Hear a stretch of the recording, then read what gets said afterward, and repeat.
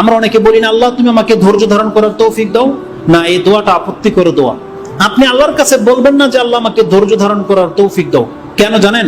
কারণ রাসূল সাল্লাল্লাহু আলাইহি ওয়াসাল্লাম বলেছেন ধৈর্যের সাথে বালা মুসিবত নাজিল হয়। তার মানে ধৈর্য তো ওই ব্যক্তির আসবে যার বিপদে সে পতিত হলো। এজন্য তুমি কেন আল্লাহর কাছে ধৈর্য ধারণ করার কথা চাইবা? তার মানে তুমি যেন বিপদ আপদ চেয়ে নিচ্ছ যে বিপদ আপদ আসুক আমি ধৈর্য ধারণ করবো না। বরং রাসূল বলছে তোমরা আল্লাহর কাছে বলবা আল্লাহুম্মা ইন্নী আসআলুকাল আফওয়া ওয়াল আফিয়াতা ফিদ দুনিয়া ওয়াল আখিরাহ। আল্লাহ তুমি আমাকে দুনিয়া এবং পরকালের সমস্ত বালা মুসিবত থেকে আল্লাহ তুমি মুক্ত রাখো। আমাদেরকে এই দোয়া করতে হবে।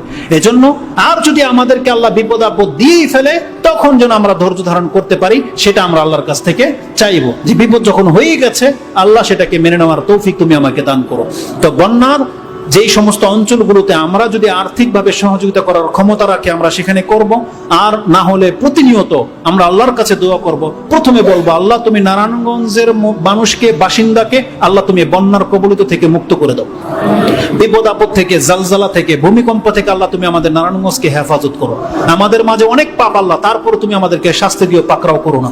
বরং এই নারায়ণগঞ্জের মধ্যে দিনকে কায়েম করে দেওয়ার মতন মানুষ তুমি আমাদেরকে দান করো, এবং আমাদেরকে আমাদের অঞ্চলকে নিয়ে ভাবার এবং তাদের কল্যাণ বয়ে নিয়ে আসার তৌফিক তুমি আল্লাহ আমাদেরকে দান করো।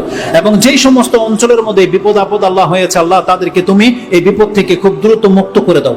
এবং তোমার ওয়াদা অনুযায়ী আল্লাহ যেই বিপদ আপদ আমাদের জীবনের পাপকে মাফ করে দেয় এবং মর্যাদা বৃদ্ধি করে দেয়, আল্লাহ সিলেটবাসী এবং আমাদের পক্ষ থেকে আল্লাহ তুমি সমস্ত পাপকে মাফ করে দেবো এবং আমাদেরকে মর্যাদাবান করো। আমিন ইয়া রাব্বাল আলামিন। এবং যেই সমস্ত ভাইয়েরা দোয়া চেয়েছেন আল্লাহ তুমি আমাকে, আমার সন্তানকে এবং এই সমস্ত মুসলিম ভাই এবং মুসলিম ভাইদের পরিবারকে এবং আবু তালেব এবং জাহাঙ্গীর ভাই যারা তলব করেছে আল্লাহ তুমি প্রত্যেককে তুমি শিফা দান করো এবং আমাদেরকে বিপদ মুক্ত করো। এবং আল্লাহ সুবহানাহু ওয়া তাআলা তুমি আমাদেরকে স্বাচ্ছন্দ্য এবং সফলতা দান করো, যাতে করে আমরা অমুসলিমদের কাছে মুখাপেক্ষী না হই।